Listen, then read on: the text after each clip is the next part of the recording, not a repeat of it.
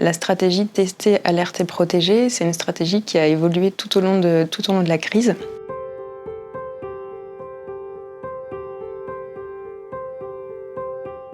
Début 2021, quand la vaccination a commencé à se mettre en place, il a fallu changer de braquet et surtout convaincre la population de ne pas se relâcher dans le respect des gestes barrières. Le vaccin est une arme absolue pour protéger chaque personne pour elle-même. C'est aussi une limitation de la diffusion, mais ça n'est vrai qu'à la condition qu'une très grosse partie de la population soit vaccinée pour que le virus, passant de personne à personne, ne trouve pas matière à se développer. On connaît ça pour des pathologies classiques comme la rougeole, où une couverture vaccinale à moins de 80% ne permet pas d'immuniser suffisamment l'ensemble de la population, et on voit des cas de rougeole qui réémergent et qui sont parfois très sévères. Dans l'intervalle où cette couverture vaccinale s'installe, il faut maintenir les mesures barrières, les mesures de prévention physique qui évitent aussi cette transmission de personne à personne. Nous avons mis en place des ambassadeurs santé ou des ambassadeurs pour la lutte contre la Covid, qui d'une certaine manière ont préfiguré des organisations qui se sont ensuite un peu développées au niveau national dans le cadre de la troisième vague. Donc pour essayer de convaincre au mieux des personnes qui pouvaient être un peu éloignées des messages et de leur réception. Un outil majeur et assez symbolique qui a été construit et mis en œuvre à partir du début de l'année de 2021, en parallèle à la vaccination, il y a le dispositif des médiateurs de lutte anti-Covid. C'est très novateur et ça repose sur un concept assez simple et très ambitieux qui consiste à rassembler en un seul package la partie tester, alerter et protéger. C'est-à-dire se projeter sur le terrain et proposer à la population des prélèvements nasopharyngés pour faire des tests antigéniques avec un résultat en un quart d'heure. Profiter d'avoir les personnes à disposition pour leur faire passer des messages de prévention, les resensibiliser à l'importance des gestes barrières, leur donner des informations sur les consignes à respecter en cas de suspicion ou en cas de positivité, les stratégies, les consignes d'isolement, etc. Et puis, pour les personnes qui sont positives, remonter l'histoire et essayer de retracer la chaîne de contamination, c'est-à-dire démarrer une activité de contact tracing directement dans le barnum qu'on a mis en place ou dans la salle des fêtes qu'on a armée pour l'occasion.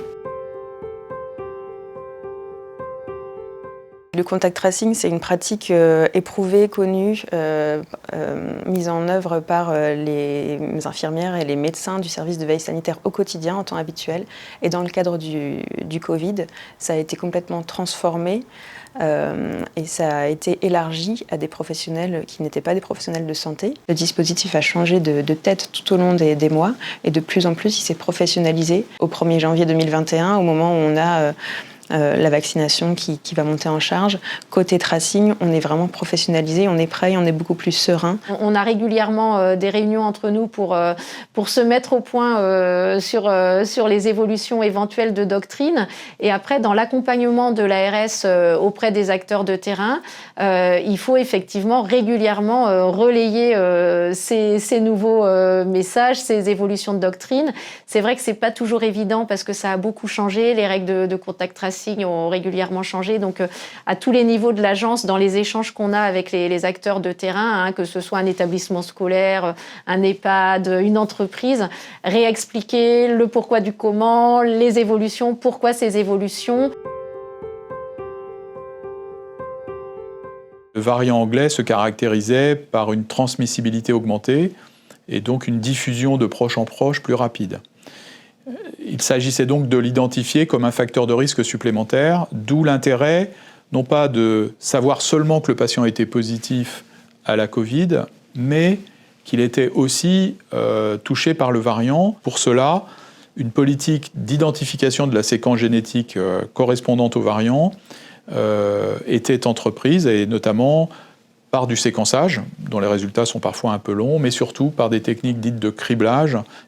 Et donc nous avons très vite, à l'époque où les premiers cas de variants anglais apparaissaient, sur la Somme, sur le Dunkerquois, travaillé avec les biologistes pour que nous ayons un repérage systématique de cette présence de variants. Le département du Pas-de-Calais a vu très vite ses taux d'incidence augmenter.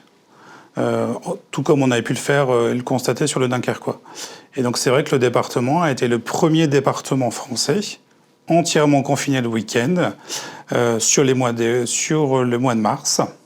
Donc ça a été un choix fort qui a été porté par le préfet de département, par l'agence régionale de santé, en lien avec les élus. Il y a la stratégie globale, donc tester, alerter, protéger, donc des dépistages réguliers. Ensuite, il y a eu aussi en parallèle toute la partie vaccination qui s'est lancée, et avec un mot d'ordre dans le département qui était confiné mais vacciné. C'est-à-dire, on se protège, on accepte les mesures de restriction, de confinement, mais on accélère la vaccination durant cette période pour protéger les personnes.